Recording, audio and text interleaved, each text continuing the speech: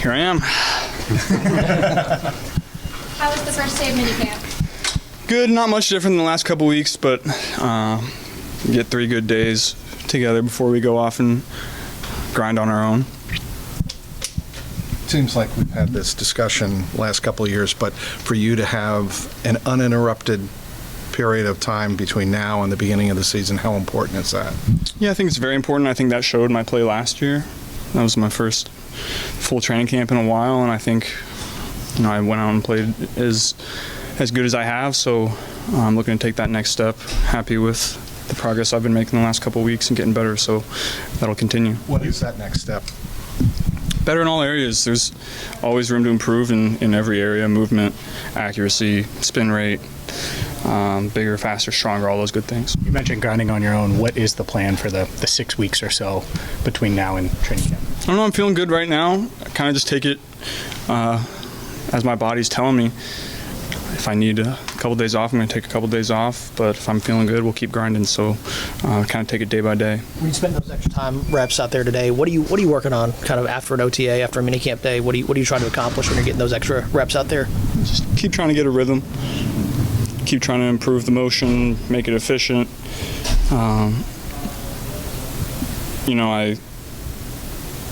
I think I talked about last year. I still wasn't quite back to throwing it the way that I expect. So that's improved this year and going to continue to improve. So as long as I keep making those reps, taking the extra time to get that rhythm back, it'll continue to improve. How close do you think you are to where you were pre-surgery? We're getting there. I think I'm learning new things every single day and refining my motion, refining everything about what I'm doing out there. So that's exciting for me to feel that improvement. That's what keeps you coming back when you're improving. It sucks when you're working really hard and you're not seeing any improvement, but if you're working smart, then you usually do, and that's pretty addicting. Joe, when you talk about your rhythm and timing that you're working on getting back, the fact that you got all these weapons that you're working with now and another year, under your belts in terms of reps together and everything, how is it going? I know it's early, just in mini camps and everything, but how do you feel in terms of everybody, where they're supposed to be, when they're supposed to be there, all that good stuff? Yeah, I think guys are taking ownership in their role in each route, understanding when they can be creative and try to get open in certain situations where in other spots, you got to run the route like it is on the paper. But, I think Jamar and T and those guys have done a really good job of that. But where you see the most improvement is guys like Andre, Jermaine Burton, Charlie. Those guys have really taken the next step, I think, in understanding what the defense is throwing at them and trying to manipulate the defense to get open. Now that Jamar and T are paid, do you notice a difference in vibe or anything like that around the locker room and practice? Definitely less distractions than last year. Those guys are out there working. I know last year they were out there working on their own, not being here, but when you have those two guys that bring energy, guys that make incredible plays and day in and day out, and they're going to grind just as hard as everybody else, that permeates throughout the team. From the things you've done so far, OTAs, minicamp, first day of this, is anything noticeably better or different as a team? It's tough to tell this time of year. Everybody expects to win the Super Bowl in June, so that's not realistic. We'll see where we're at come August, September, week 1. Got a long way to go. Seems like you've been sharing the ball a lot more with guys like Jermaine and Charlie Jones during 7-on-7s. Is that just kind of a reps thing, or is that something that you went into the offseason saying, I want to target other guys more this season? No, I've always prided myself on throwing the ball where the defense tells me to throw it and trusting my guys to go and make plays. Obviously, there's going to be certain situations where you're going to look for number 1 and number 5, but when you're playing teams that are going to play a lot of zone coverage, mix up the looks on you, then the ball's going to go where the ball's going to go, and the defense determines that. Why has the rapport with you and Andre been so good over the years? I mean, he's got like 10 touchdowns given the receptions he's got. Why has he been such a big asset for you, especially in the red zone? I think, number 1, in the red zone, it's a lot of off-schedule plays, and that's where Andre excels. Number 1, he never gets tired. He's in great shape. That comes from his track background. And then, he knows that we're going to run plays to throw the ball to Jamar and T, and the off-schedule plays are going to be his opportunity to go and make big-time plays for us. And he takes full advantage of that and really understands how to get open in those situations, what I'm looking at, what I'm expecting. He's always trying to create more dialogue between us and talking about routes and what I'm looking at. So, he takes ownership of those things, and that's why you see him continue to get better. You mentioned less distractions with Jamar and T having agreed to deals. Is Trey not being here, or his deal not done, is that a distraction? Of course. Last year we had 2, this year we have 1, so we do have less. You'd love to have none, but, that's life in the NFL. We're all supporting Trey and would love for him to be back. Where is this offense? You've been here several years now. Where is this offense with Jamar back, T back, pitcher back for a second straight year? You're healthy.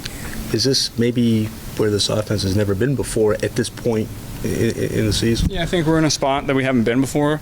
Like you said, guys coming off of a season healthy, getting all of our guys back. It's been weird this offseason not having to really take a new guy that we're counting on under my wing and trying to teach him what I'm looking at, what we want out of each play. That takes a lot of time, and signing Mike back was big. Andre coming back. We have all the guys in the wide receiver room back that we've already had all these discussions, so now you can take it to the next level and talk a little more in depth about those, and that's just going to continue to make us better. When you look at the last couple of years, you've been dealing with training camp injuries, then you talked about the contract stuff with Jamar last year, Jesse in years past. It seems like there's always been, something that you could attribute to some of the slow starts. Do you feel like in order for you guys to put your best foot forward, there needs to be a concerted effort on both sides from the players and the front office to have everybody available on the first day of training camp? Ideally, that's not always realistic. At the end of the day, we got to go out and play better early in the season, and that's on us. We'll take ownership of that. I think we're going to have a plan coming into training camp that'll help with that and get us a little more ready. But at the end of the day, it's on us come week 1. There's a lot of chatter about preseason reps, and especially in games, potentially being beneficial. From your perspective, why would maybe more reps in preseason games get y'all ready for week 1 as opposed to maybe scrimmages and things of that nature? It's always different when you're getting hit back there, at least for me. Receivers, too, I'm sure. You're not getting tackled to the ground. You're not having to worry about big hits. My clock is a little slower when there's not a live rush coming at me. So, I think those reps will be very beneficial coming into training camp. Joe, Dylan Fairchild made an impression. He's very confident. He understands what we're trying to do with every play. His presence in the huddle and at the line of scrimmage is very positive and gives off the impression that he knows exactly what he's doing. You can tell he works hard. He's a big, strong, smart kid. So obviously we haven't played any games yet, so we'll see. But I have high expectations for him. Besides it being a distraction, when a player misses, especially a key player, this portion of the season with minicamp, OTAs, how does that affect the team or as an individual? I'm not sure it does too much. Number one, the young guys get more reps in training camp, and that's big for them. Nobody's worried about Trey working hard and doing what he needs to do to be ready if we happen to have him this year. But I think those young guys getting those mental reps and those physical reps are big for themselves and their development. On the offensive side of the ball, we have everybody, so it's not too much of a distraction for us as it was in years past. So that'll probably more of a defensive thing. Have you let yourself think about the possibility about Trey not being on the roster this year? Obviously it's a possibility. It's not one that I think would make us a better team. So we'll see what ends up happening. I don't know what's going to happen. I wish I had an answer for you, but we'll see. You can control what you can control, but are you happy, confident with this being an offensive-driven team? It goes as far as you personally take them. Yeah, we have a lot of confidence in the defense and the things that they're doing this offseason with their scheme and their players and the young guys that we had last year having another year under their belt. So they're going to be better. But at the end of the day, you win and lose with your quarterback play. So I'm going to take that to heart and be better this year. Joe, Pitch talked about threading the needle between keeping the offense explosive and getting less hits on you over the course of the season. How do you approach, what's the best way in your eyes for that to be better, to be more efficient, and what role do you feel like you can play in trying to help that this time of year or as you start into the season? It depends on how the games play out. If we're in defensive battles, then you come out and you don't turn the ball over, you get the ball out of your hands, you play the field position game. If they're scoring, then you go out, try to make plays and run around and do all those good things. So, I go into every single game ready to adapt to whatever the game needs for me to try to win.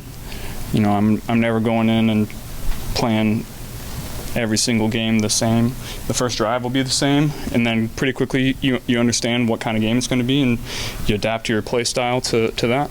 How has your view of taking hits to win changed over the course of your career? Yeah, as you get older, you realize those hits definitely add up a little bit. Like I said, I'd love to take less, but we'll see how the games play out. Does this feel like the most pressure as now that y'all are 2 years removed from being in the postseason? Do you feel the pressure mount throughout the offseason as you get closer to the season to get back to where y'all were, given the heights that y'all had early in your career? We know the stakes, we know the situation. I'm not sure pressure would be the word I would use, but we understand the spot that we're in, missing playoffs the last 2 years. We know the players we have in that room, the coaches we have up there. We know the expectations we have for ourselves. So, playoff, Super Bowl, AFC Championship, that's the expectation around here, so we got to get back to it. Does it feel like the stakes are as high as they've ever been, or is that fair to say? Or? I think going into every season, the stakes are very high. Every week is super high stakes for yourselves, coaches, families, fans. There's jobs on the line here, so we're out there giving it our all every week. We gotta go out and execute to provide for family, friends, fans, everybody. What do you think of Aaron Rodgers winding up in Pittsburgh? Yeah, that'll be a fun 2 games. Obviously, I got a lot of respect for Aaron and like him as a person, so only played him one time, so it'll be nice to play him twice. Given the relationship, did you know that there was a chance he'd be in Pittsburgh? Did y'all talk about that at all? No, I haven't talked to him in a while. What do you need different from your running game, and what does Samaje add to that? I don't think we need much different. I think we could be a little more consistent. I thought our run game was good last year. You'd love for it to be great this year. Obviously, Chase is going to take another step. He's an explosive guy that can create a lot of big-time plays for us. Samaje being in there is a guy that you can rely on pass protection, catching the ball out of the backfield, doing the grimy stuff for us. So, we feel really good about that room. Thoughts on Jermaine Pratt not being a Bengal anymore? Yeah, I love Jermaine. Jermaine has made some big-time plays for us over the years. We're going to miss him around here. He was a leader, guy that created turnovers, made a lot of tackles, and made some of the biggest plays in franchise history, so we love him. What made him a captain? What are the traits that he brought to the table? He's a vocal guy, very vocal, and we didn't have a ton of those the last couple of years, so Jermaine filled that role and filled it well. Is there a certain off-season activity you're looking forward to more than others? No, not really. I don't have anything planned yet. We'll see how it goes when we get there. How has that evolved maybe as you've been in the league and in terms of how you structure your offseason, what you do before camp? How has that maybe changed the longer you've been in the league? I've definitely taken some more time off as I've gotten older. You realize how long the season is and how perfect you need your body to feel going into training camp to get through it. So you live and you learn. As you get older, you're able to make those changes to better suit yourself for the season. I think we're a year removed from you saying you were thinking about your football mortality at that point. How crazy does it feel that it's been a year? How much has changed from now until then when you look back and see kind of how things have unfolded for you? Not a ton has changed. You blink your eye and a year goes by, and you blink twice and now you're going into year 6, so that's pretty crazy. to see how time flies as you get older. How different are you, do you think, as a player, compared to 2020? Yeah, I think I'm very different. I think I understand how to play the game more efficiently, more productively. Understand what defenses are going to try to do to us, and have all the answers in your back pocket to try to combat that.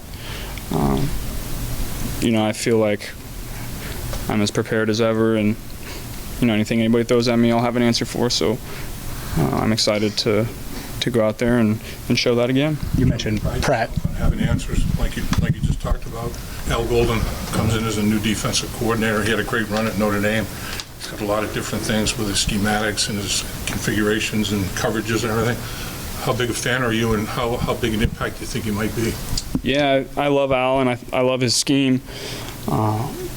Anytime you have a new scheme come in, there's going to be some bumps in the road early with communication and getting lined up, and who has who, depending on splits and formations and motions.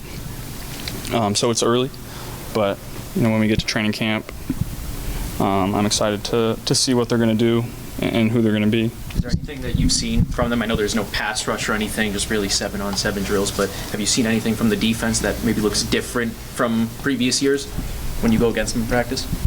Yeah, a lot of communication. The guys up front are doing some more games and stuff to try to get home, stop the run, create more pass rush. It's been nice to have TJ Slayton out there. He's a very vocal guy. You can tell he's going to be a leader of that group. So that's exciting. BJ's not out there right now, but when he is, he's a similar guy. So, we have some great leaders on that side of the ball that I expect to go out there and play great. So that's exciting. For the last stretch of last season, it was you, Jamar, and T going out for the coin toss. Would you like to see them have C's on their jerseys this year? Yeah, we'll see. We'll see where the votes are. Those guys are guys that work really hard and deserve it. But that's up to the team. Father's Day coming up. Do you still get a kick out of your dad and Jimmy Chase's relationship after all these years? Definitely. Those guys like to have fun, that's for sure. One of my favorite parts of doing this is, providing that experience for my family to be able to get together, so it's always exciting.